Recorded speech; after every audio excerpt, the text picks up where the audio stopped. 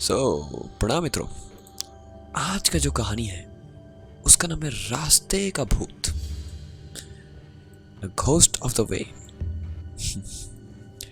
मैं दिल्ली के एक फैक्ट्री में साफ सफाई का काम करता हूँ।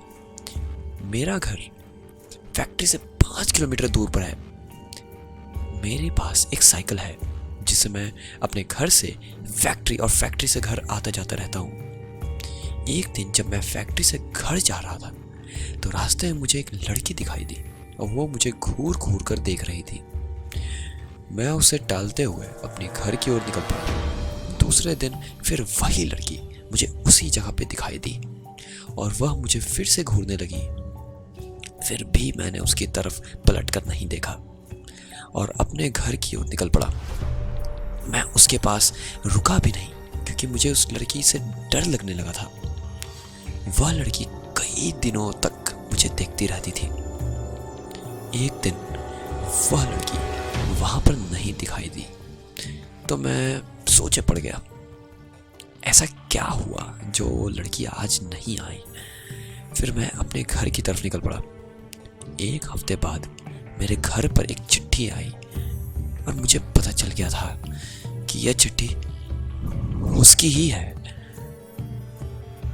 उसमें उसका नाम प्रीति लिखा हुआ था और उसमें से एक फोटो निकली थी जो कि उसी लड़की की थी। मैं चौंक गया और डर के मारे कांप गया। उसे मेरा पता कैसे चला? उस चिट्ठी में लिखा हुआ था कि कल जब फैक्ट्री से निकलो तो जहां पर मैं खड़ी रहती हूँ वहां पर मेरा इंतजार करना। उसके दूसरे दिन मैं वहां पर पहुंच तो गया लेकिन वो लड़की वहां पर नहीं थी। मैंने काफी देर इंतजार किया। फिर मैं अपने घर की ओर चल दिया क्योंकि वो पहुंची ही नहीं थी। और तभी मुझे याद आया कि वो चिट्ठी आई थी, उसमें उसका पता तो होगा ही। फिर मैं उसका पता पढ़ के उसके पते के अनुसार उसके घर मिलने के लिए गया। दरवाज़ा खोलते ही एक आदमी आया और बोला कि क्या काम है। मैंने बोला कि मुझे प्रीति से मिलना है। तो उस आदमी ने बोला कि उसका पापा हूँ मैं और प्रीति के मरे हुए 2 महीना हो चुके हैं। मेरे हाथ पांव कांपने लग गए और मैं सोच में पड़ गया कि क्या वो लड़की मुझे रास्ते में मिली थी?